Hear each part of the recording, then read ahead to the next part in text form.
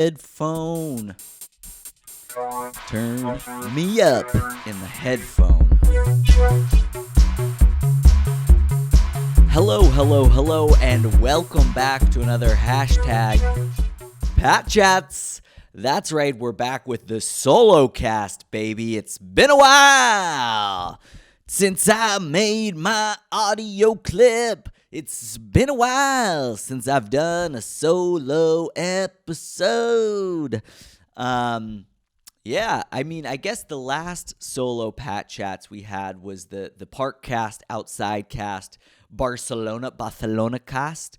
But it's a little different vibe than the two cameras setup. Way less editing on my part, honestly. And if you haven't already read the episode title, this episode of Pat Chats is called Fuck Air France. Fuck Air France. That's right. If you're thinking, Patrick, you can't be petty enough. You can't be childish enough. You can't be angry enough to spend an entire podcast episode shitting on an airline company called Air France. Well, you're wrong. You don't really know me. You should listen to more of the podcast. You should come see a live show. You should get to know the content creator, because I am petty enough. And so the main thrust of today's episode is fuck Air France. And if you're asking yourself, but why, Patrick? Why do you think fuck Air France? Why are you holding a grudge against not only the country of France, but all French people because of this French airline company? And that's a great question, and I'm really happy that you asked it. And it's an important point, and it is why I am podcasting today.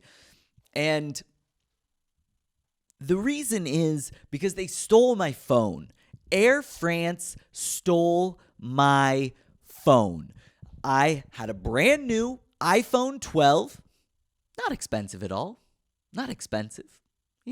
Reasonably priced iPhone 12 Pro, 256 gigabytes. Costly. And I left it. I left it on an Air France flight. I had been on a 16-hour flight from Bangkok, Thailand, to Charles de Gaulle, Paris airport.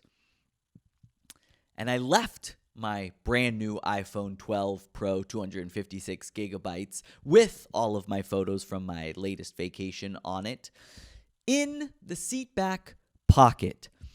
Now, in the defense, and this is the only defensive point I will make for Air France, the flight attendant did ask me as I was leaving, did you remember all your belongings?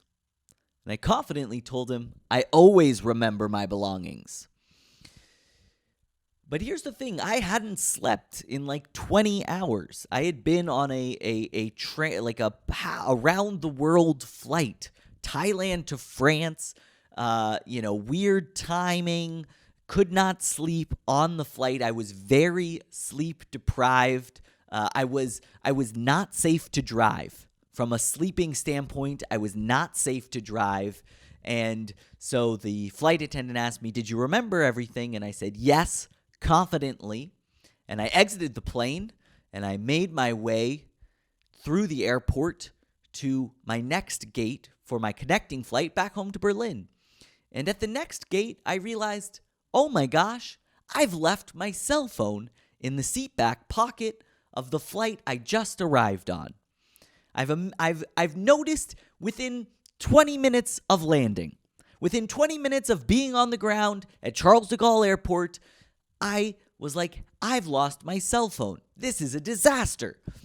But this must be easily corrected. We've only been on the ground for 20 minutes. This won't end up in me losing a $1,200 phone. So I go to the customer service counter and I say, "Sir," and he's like, "Hello, sir. What can I do for you tonight?" Sorry. It's going to be a lot of that. I'm angry. I am angry. And he's like, "Hello, sir. What can I do for you?" And I'm like, "Hi. I just arrived on flight, XYZ from Bangkok. We landed 20 minutes ago. I was sitting in row 44, seat A. I left my brand new phone in the seat back pocket. We need to do something. I need to get my phone back." And he's like, "Well, sir, your connecting flight." I know now I'm changing characters. I'm sorry. I'm not a great improv actor. I apologize. He's like, "Well, sir, now your connecting flight is leaving soon, so you got to go back to your gate. Like, there's nothing we can do about it right now. I'll call." And he picked up the phone. And here's where I made my mistake. I should have stayed. I should have been a Karen. People like to shit on Karens, but you know what Karens get? Karens get their fucking phone back.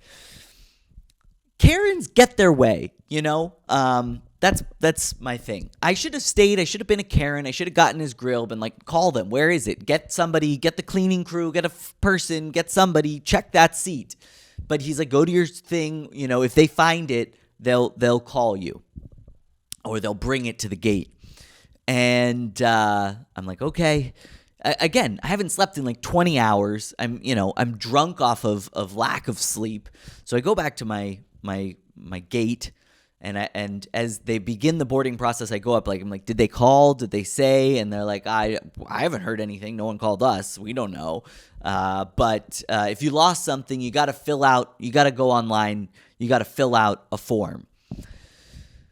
I'm like, okay. And at this point, the only thing I'm upset about is just that I don't have my phone right now. I'm like, it's upsetting that the next several days I'm going to have to go through not having my phone.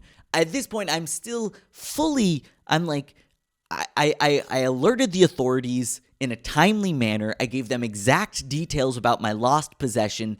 There's no way that Air France would steal my brand new iPhone. But that's how this story ends. Spoiler alert.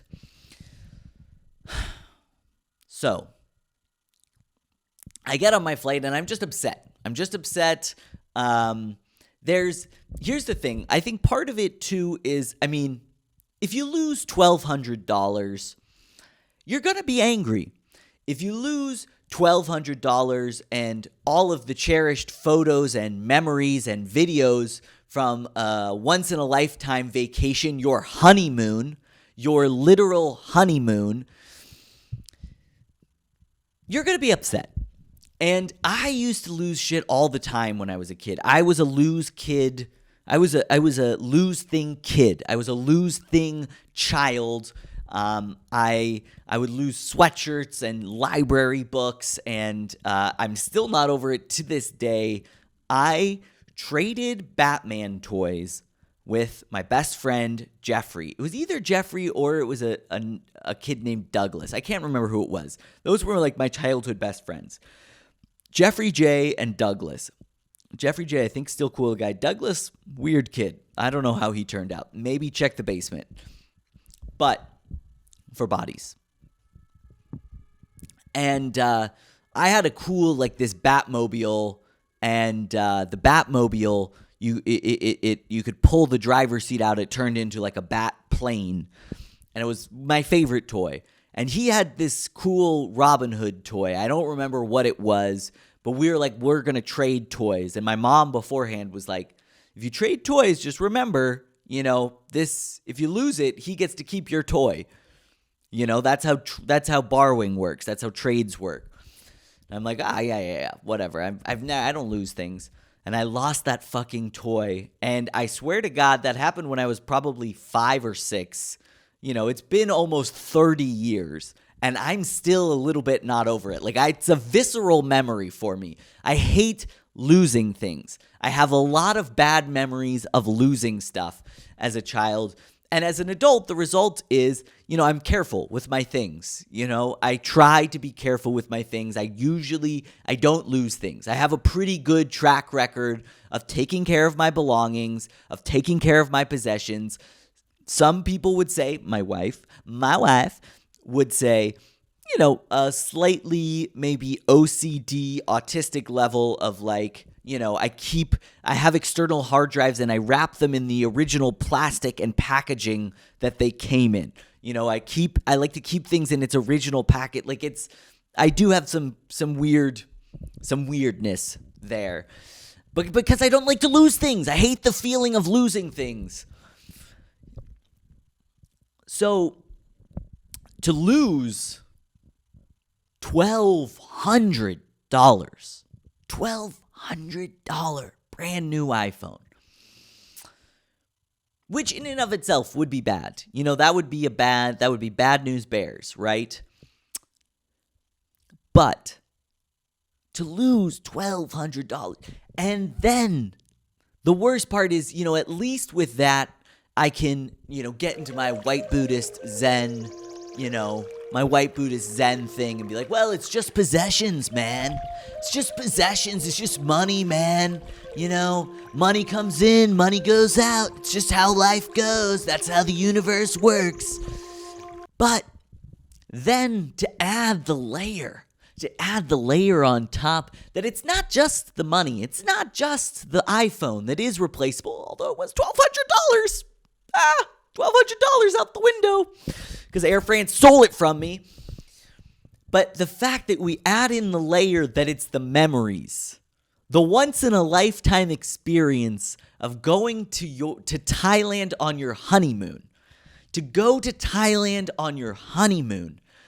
The country is half shut down. It's empty. You get to go to temples and national parks and beaches, and they're just empty. You're sharing it with your wife, the love of your life, and you have these photos and these videos that capture a few fleeting moments of those memories, and at least you'll have those for the rest of your life.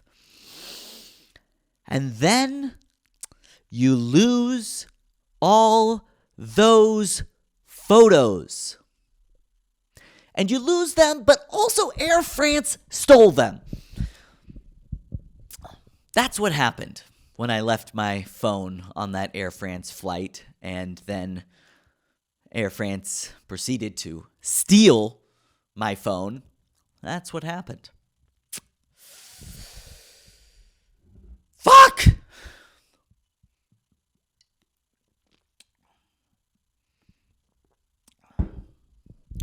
Fuck you, Air France.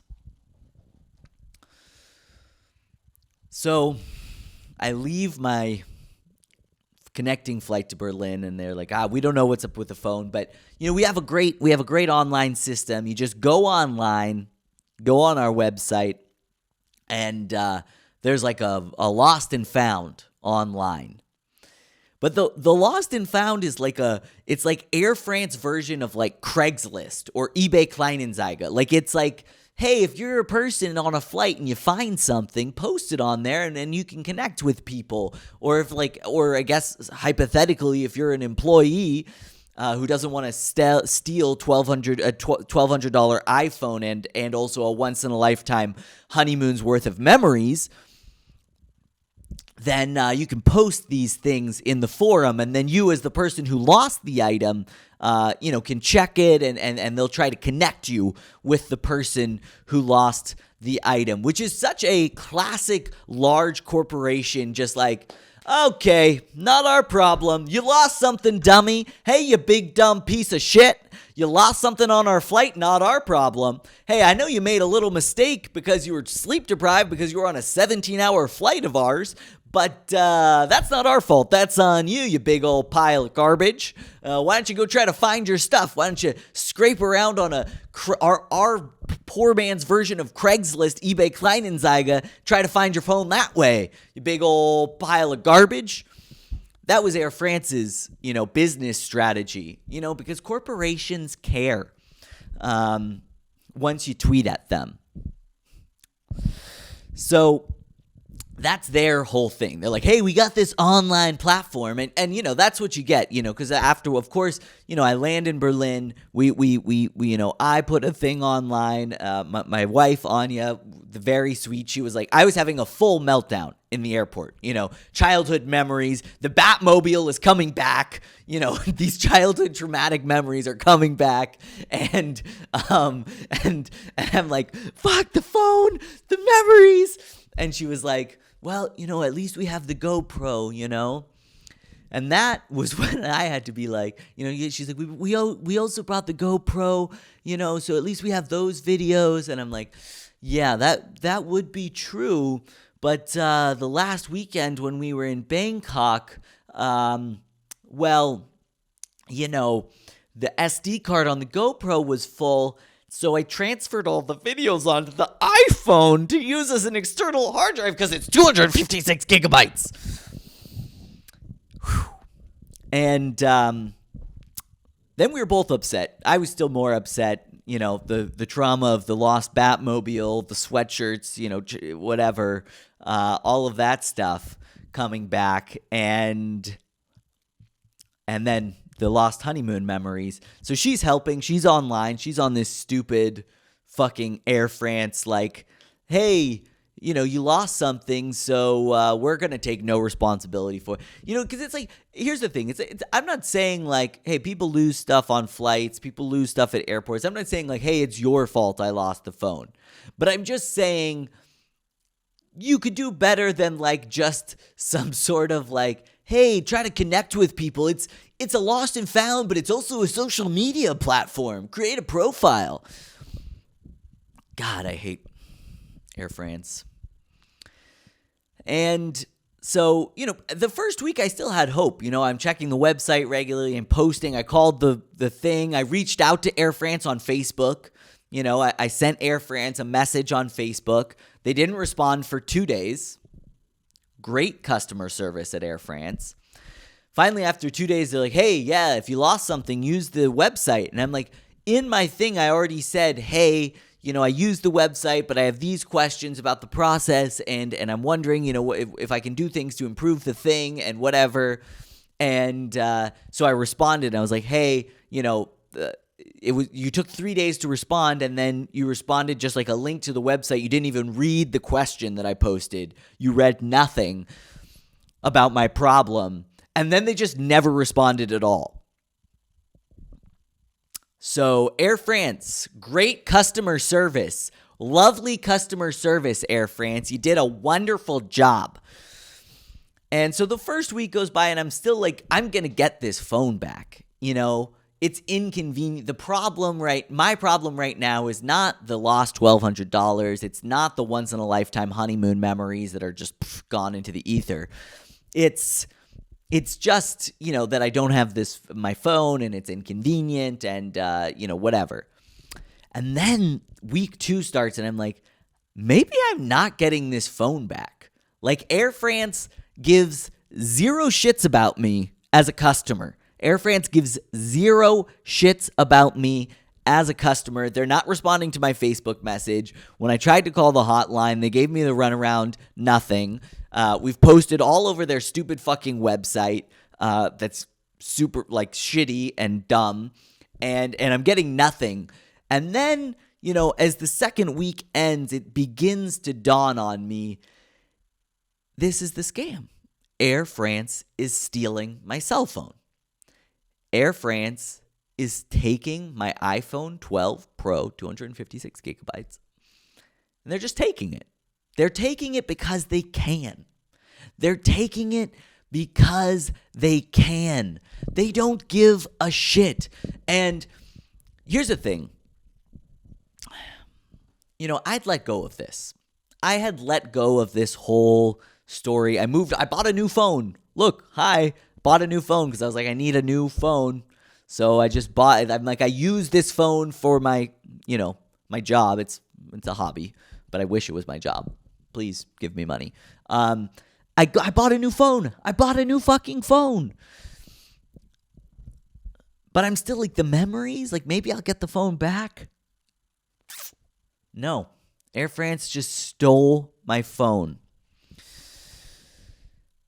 And I was like, I put this to rest. I bought a new phone. I moved on. And now as I'm telling the story again, I'm getting so angry. I'm so fucking angry. I'm so angry at Air France.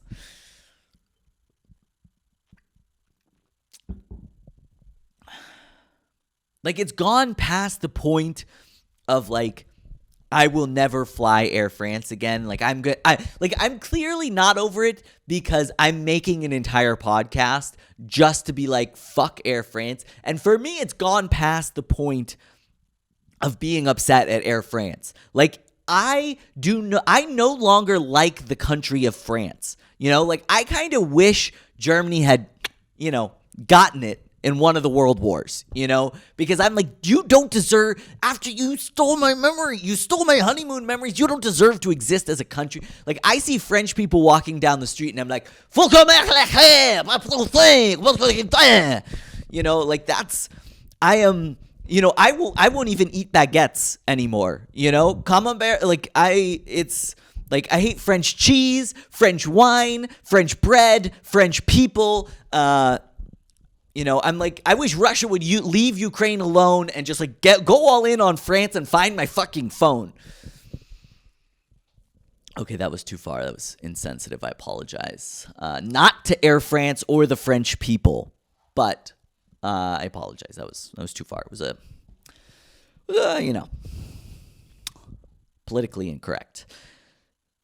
So, and here's the funny thing is, so when we were in Thailand on our honeymoon, a once-in-a-lifetime trip, 3 weeks in the beautiful country of Thailand, our honeymoon paid for by a lot of, you know, my family friends that gave, you know, wedding gifts, and we had this amazing trip. It was you know, once in a lifetime. You know, you only get to have your honeymoon once, and you wish you could save a few of those memories.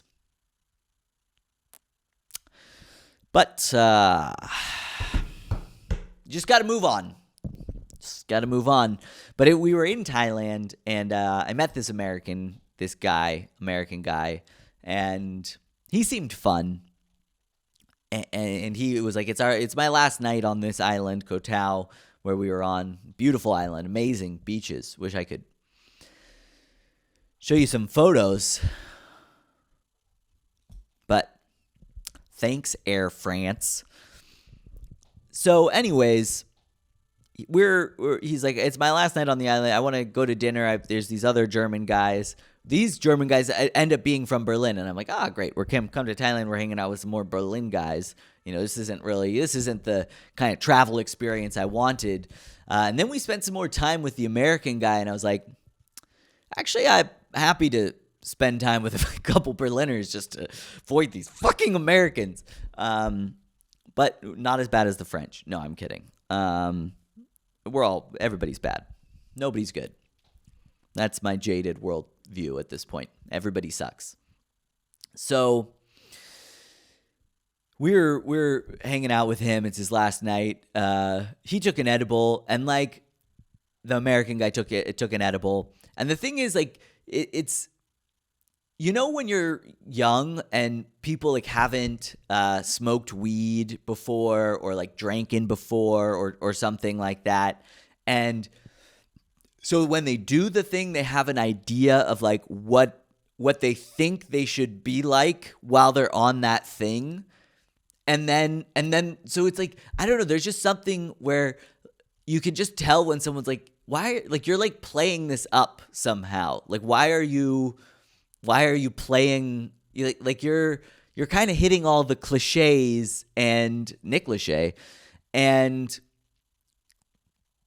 so it's like, why are you hitting all these things? And he was being that way, and there's also something, there's a certain category of embarrassment that I think is reserved for being around people from your own country when you're with someone from another country, and it was hitting big time in that category for me. And at some point he was like, yeah, I hate Germany. And I just think, like, he was like, yeah, I hate Germany. Germany's done. He's like shitting on Germany. And I'm kind of like, it's me and you, we're American, and then we're with 4 Germans at that point. It's like 4 Germans and 2 Americans, and you're like, I hate Germany, you're shitting on Germans.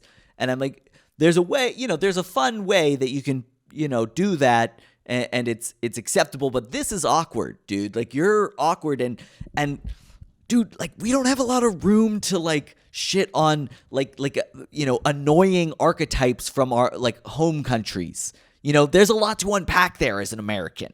And politically, it's just, as an American, it's just like, let's just tiptoe a little bit, I think we should be walking on eggshells. And so he's like, and so I'm like, well, why don't you like Germany? He was like, well, one time it was my birthday, and this Lufthansa lost my bag, and then I didn't have any of my outfits on my birthday. And so now I hate Germany. And I was like, that is so dumb. Like, you're one of these birthday people who gives a shit about their birthday and makes a big deal about their birthday. And I hate that because I'm a little bit that way. Watch the birthday cast. And so I'm like, I hate that. And you're just like, you're embarrassing me in front of these Germans. And I like Germans. So stop embarrassing me.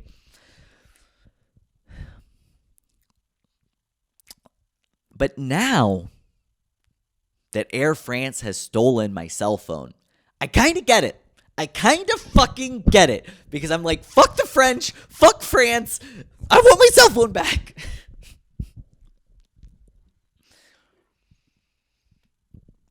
All right.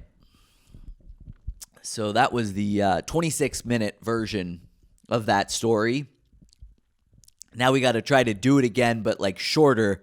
I got to get real. The point of doing these solo casts is really just to get content. I'm looking for clips, reels, a lot of organic growth, TikTok, a lot of organic growth. And honestly, I'm kind of hoping I'm going to get Air France's attention. That's the crazy thing, is I still have this like stupid glimmer of hope that I'm going to get an email from them, and they're going to be like, oh my God, we had your phone the whole time. I'm so sorry.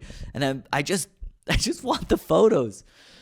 And if you're going to be one of these people who's like, why didn't you back it up to the cloud? Why didn't you back it up to the cloud? Yeah, I get it. Okay, I'm dumb. I'm sorry I'm dumb. But, lesson learned. I should have had my photos backed up to the cloud. So, let's retell the story now, and I'm going to try to do it in a minute. So, I went to Thailand for my honeymoon, once in a lifetime trip. My wife was like, hey, let's bring your camera. Let's bring the nice camera. And I was like, I don't want all the stress of bringing the nice camera. I have a nice iPhone 12 Pro, 256 gigabytes. Let's just bring that. We can use that to take photos. So the whole trip, we're taking photos, videos. It's once in a life, our honeymoon. It's beautiful. It's empty because of COVID. We're beautiful beaches by ourselves, temples by ourselves, national parks. Nobody's there. It's amazing. It's beautiful. We're, these amazing memories, and we just want to grab a few of those fleeting memories to hold on to and look back on when we're old and we think about our honeymoon. So we have it all on the phone, and then we get on our Air France flight, Bangkok to Paris. 17 hours, whatever. I can't sleep on the flight because they're keeping the plane like 70, like 80 degrees Fahrenheit, like 20, I think, Celsius, I don't know. And it's hot. I can't sleep. So I'm just so at the end of the flight, I'm sleep deprived. I'm so sleep deprived, and I leave my brand new iPhone 12 Pro in the seat back pocket of the plane. And I just walk off the plane, and 20 minutes later, I realize, I'm like, hey, my brand new iPhone 12 Pro, $1,200 with my once-in-a-lifetime honeymoon memories on it, all of my once-in-a-lifetime honeymoon memories on it. I left it on the plane. I immediately go to the customer service desk. I'm like, hey, I just left my plane, row 44, seat A, seat back pocket, once-in-a-lifetime honeymoon memories on that phone, $1,200 brand new iPhone Pro. And they're like, well, sir, I'm sorry, but you got to go to your next flight right now. We'll call. And then Air France stole my phone. I immediately told them. I filed it online on their stupid website, which, by the way, Air France, get a better online lost and found than this Craigslist, eBay, Kleinanzeiger bullshit that you have going, where you're connecting people like it's half social media platform, half lost and found. Take some fucking accountability for my lost item. And especially if I notified you, I left it on the plane 20 minutes after landing. What the fuck? And then the worst customer service experience I've ever had, Air France, the worst customer service I have ever had is with you. I called, I messaged on Facebook. No, didn't read my message, responded once with the link to the same lame lost and found website, and then I messaged again, never responded, got the runaround on the 1-800 number. The lost and found website didn't do shit. You stole my phone. Air France stole my phone. And Air France, if you're seeing this as a clip, I just want you to know I made an entire podcast shitting on your airline. I hate you, Air France. You've turned me against the French. You've turned me against France. I hate you, Air France. Give me my fucking phone back.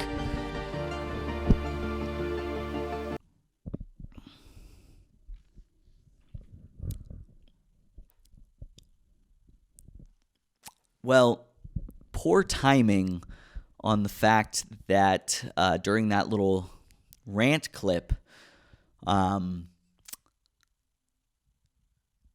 main camera went out.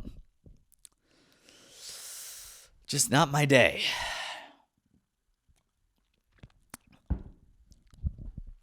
All right. Bear with me. If you're watching this whole podcast, just go forward a minute. I'm just trying to get a clip, just trying to get a shareable clip that I'm hopefully will get out there and Air France will give me my fucking phone back. Okay. I went on my honeymoon to Thailand, once in a lifetime trip.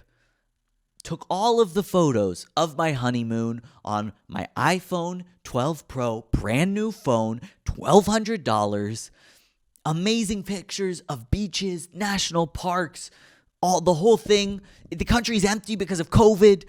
All of the photos are on that phone. And then I fly Air France, Bangkok to Paris. Can't sleep because they keep the plane hot as hell. So I'm sleep deprived, haven't slept for like 20 hours when we land. And because I'm so sleep deprived, I leave my brand new iPhone 12 Pro, $1,200, with all of my once in a lifetime honeymoon memories in the seat back pocket. I notice 20 minutes after we've landed, when we get to the next gate, I immediately go to the Air France customer service desk and I'm like, hey, we just landed, flight number XYZ. I was in seat row 44, seat A, seat back pocket, brand new iPhone 12 Pro. All of my honeymoon memories are on that phone.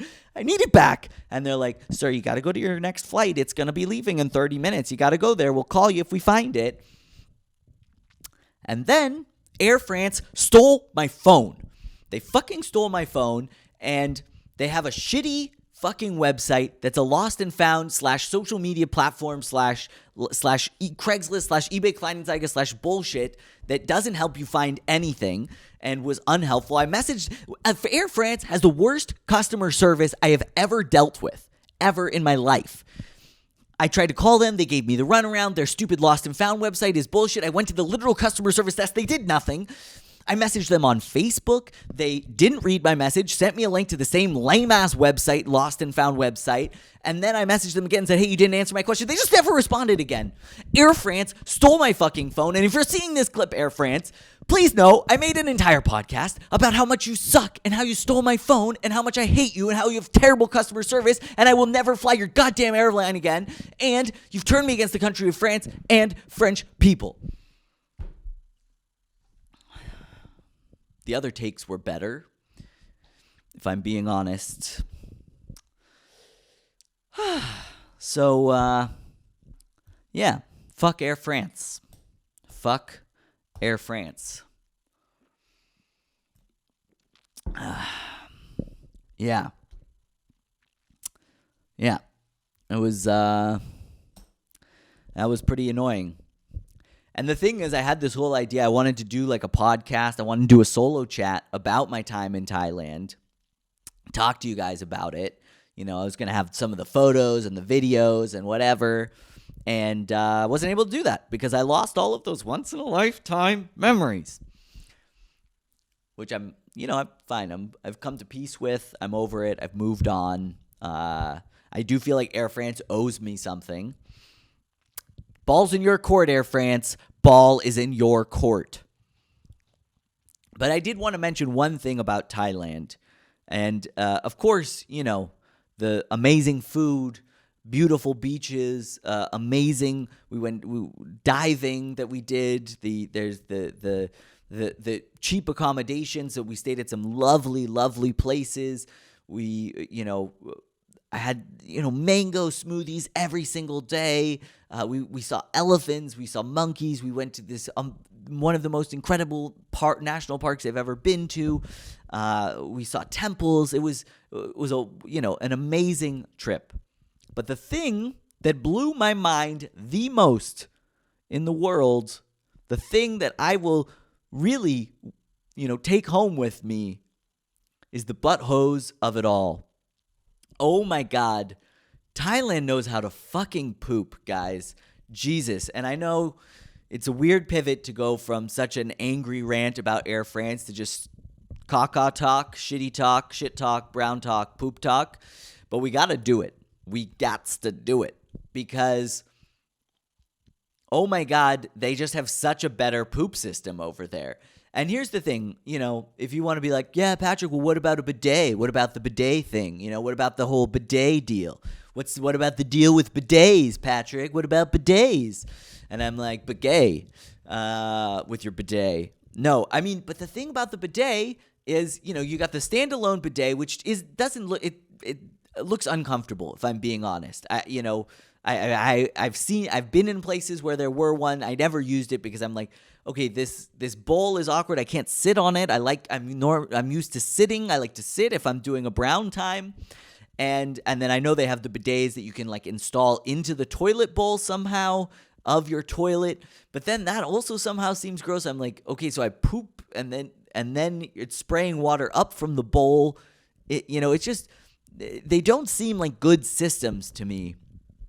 And Jesus Christ, Thailand has it figured out. And the funny thing is, people tell you about the Thai butt hose. Before you go to Thailand, people be like, you got to watch out for these bathrooms. It's a hole and they just have a hose. Us up, European, Northern Hemisphere, people, Eurocentric, America, whatever, they talk about the Thai pooping experience like you're gonna, like they're animals. They're like, they're just pooping in holes. They just have no TP. They just have a hose. You just hose yourself down. And Jesus, that's racist because they have the best pooping system I have ever experienced in my life. It is the number one poop system in the world, in my opinion. Thailand gets the award. Thailand has the award, number one poop system in the world. And by the way, I did go to some bathrooms that were like less than prime, more kind of in the realm of hole in the ground with a hose. But even that, the hose is such a revelation. To clean your bum with a hose is amazing. And 99% of the toilets I pooped in, it was just a standard, nice, classic toilet, like porcelain, white, which that's another question. Why are toilets always white? Why? White privilege? Maybe. I don't know. That was a dumb joke. But it's just your standard normal toilet, good toilet, and then next to the toilet, they have like a little hose, a little spray hose, and you can just put it between your legs, and you just, spray down your bum. And it doesn't and they still have the TP, by the way. And so, because the butt hose, it doesn't get everything, but you get 90%. And for me, and I'm sorry, this is getting into a gross realm now, but it needs to be said. I need to talk about it. I need to get this off my chest. I need to get this out of my bowels, my lower intestine. But for me, the worst poops are the poops, and we all know these poops. Let's not, people like to not talk about pooping. People think pooping's gross. People are like, that's the funny thing. When you're a child, they're like, everybody poops, They're like, hey, everybody poops. It's okay. You can poop, And then as soon as they get you toilet trained, they're like, don't fucking talk about that. Close the door. Close the door. We don't talk about our poops. That's disgusting. You should feel shame about that thing that everybody does. You should feel shame and disgusted by the fact that you're doing that thing that every single person on this planet does. And I just want to come out against poop shame. I am pro pooping. I'm pro talking about pooping. And we need to stop poop shame. Hashtag stop poop shame. Hashtag stop poop shame. So now I've lost my place, which is, classic Patchats. So poop shame, and there's that. Oh yeah, poop. People are shaming you for your poops. But what I want to talk about, my least favorite type of poop, and I feel like most of you are probably with me right now. You have these poops sometimes where you're just wiping and wiping. It's a fucking construction zone. You're just like, Jesus Christ, we're going to have to cut down a couple more forests to deal with this situation down here. It's never ending. And you keep going, and at first it's a lot, and then you're cleaning it up. And then you get to this fucking frustrating, annoying part where you're wiping, and it's like there's just a tiny, tiny little speck of brown on the teepee. There is a little bit of poop. Every time you put it in there, there's a little bit of poop left. And you're like, it just every time, it's like a magic trick. You're like, this is just doing nothing somehow. But at the same time, you're like, there's always this point where you're like, how long do I keep doing this before I just give up and say like, fuck it, I'm just gonna leave it not the cleanest it's ever been in there, And for me personally, I can't. That is one thing I draw the line. I'm like, I can't do that. So I'm just there, until it's gone. And sometimes it's like 75 minutes. It's a full Christopher Nolan movie to get that thing taken care of sometimes. And that's what I hate. That's my least favorite type of poop. And with the butt hose, oh my God. It's just spray it down. My personal strategy was like 1 or 2 pre-wipes to just kind of make sure there's nothing crazy that you're going to accidentally spray somewhere. And then, spray yourself down a couple times, and then you dry. And as you dry, you see if you've got it all clean. If it's not quite all clean, maybe go another spray. Then you dry again, and it's, oh my God, your butthole has never been so clean. It is just, you are pooping like a god at that point. You are pooping like a king. Thailand knows how to poop. God, I love the butt hose. And I'm like, how? That's like one of those crazy cultural things where you're like, why have we not adopted this? Why in every 4-star hotel there should be a fucking butt hose? I will say, and this is, okay, the last butt hose thing I'm going to say, and then we'll get off of this. But I didn't know how to use the butt hose. This is so gross and so embarrassing. But that's what this podcast is about. I got to bring it out for you guys. I got to bring it out. And I didn't know how to use the butt hose. And I assumed when you use the butt hose, you kind of hover over the toilet and spray. And it was messy. I'm like, I'm like getting water all over the toilet, on the floor. It's like getting everywhere. And I'm like, this is a dumb system. This is a terrible way to clean your butt. This is a dumb way to clean our butts. And other people, not my wife, because she doesn't poop. She would never love it if I admitted that she pooped on the podcast, because she has hashtag poop shame. But other people were like, oh my God, the butt hose is amazing. The butt hose is the best thing ever. And I'm like, I don't know. I don't get the butt hose.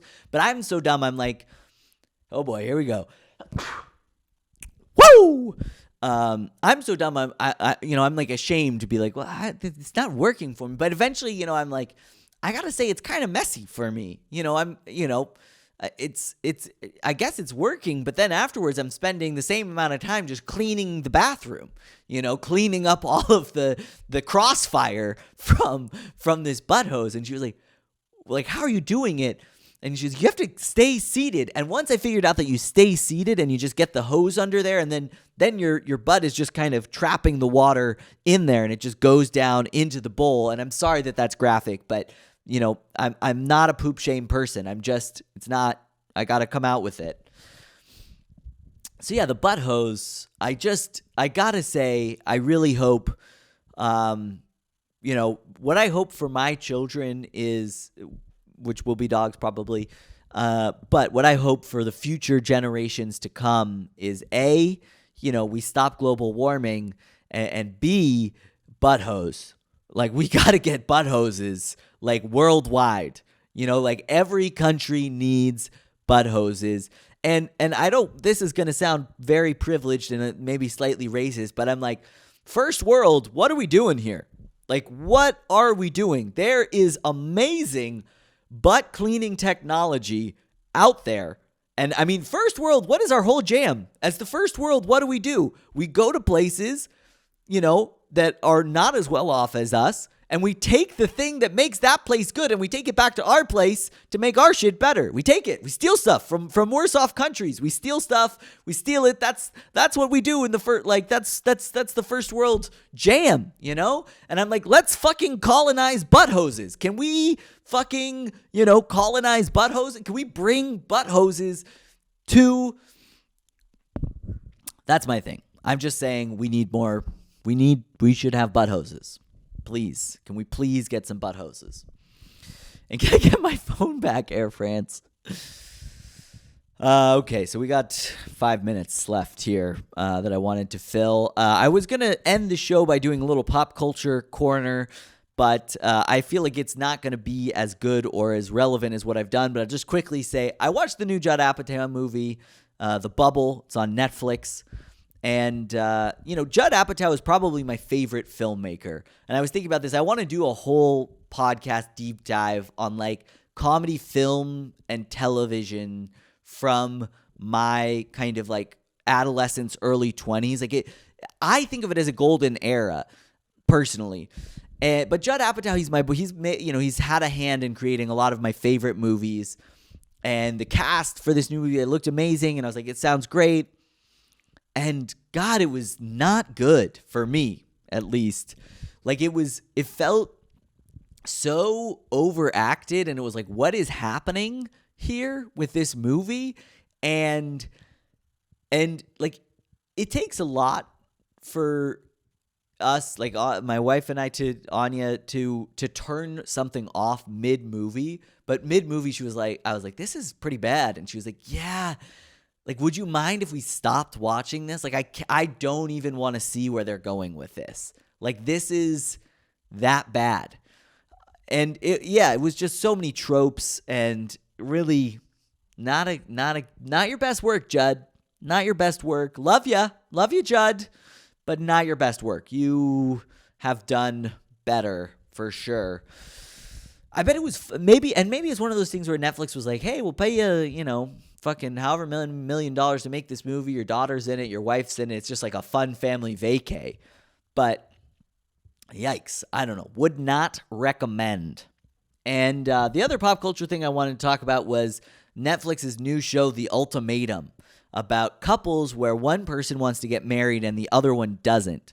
And I've only watched the first episode, but holy shit, people have such skewed perspectives on marriage. It is wild. It is really, really just so wild. And I wanted to go more into it, but we're hitting up against the time thing. So maybe the Ultimatum and reality TV will be also another solo deep dive. Or you know what the real thing, if you're watching this and she isn't, Marnie, hey, we had a great pod, talked about Love is Blind.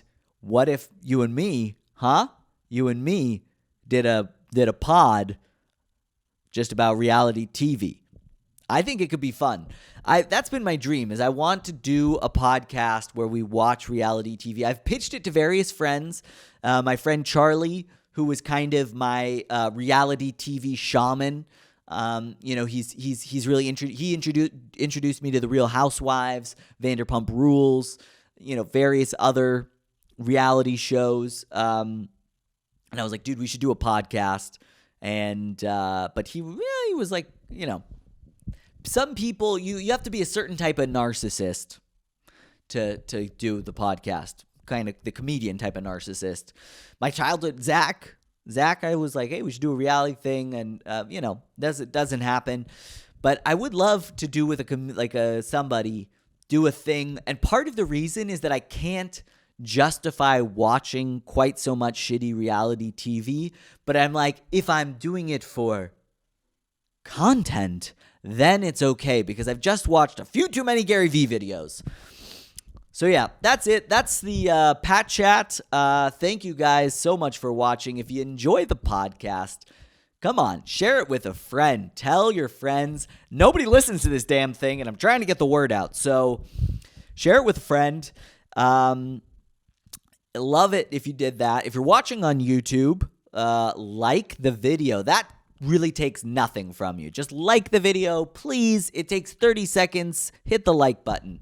If you haven't already, please subscribe. That takes a tiny bit from you. I mean, it really takes nothing from you. Just hit the subscribe. I've been stuck at 170 subscribers for so long. Please just hit the subscribe. If you're listening on, the Apple or the Spotify, rate and review, whatever. I don't know, the thing on there. Ultimately, I just want to finish by saying, fuck Air France. Please give me my goddamn phone back with my irreplaceable memories on it. I want my phone, or at least monetary compensation. So thank you for watching the Fuck Air France podcast. I'm Patrick. Follow me on all the shit. This has been Patchats. Fuck Air France. Fuck Air France.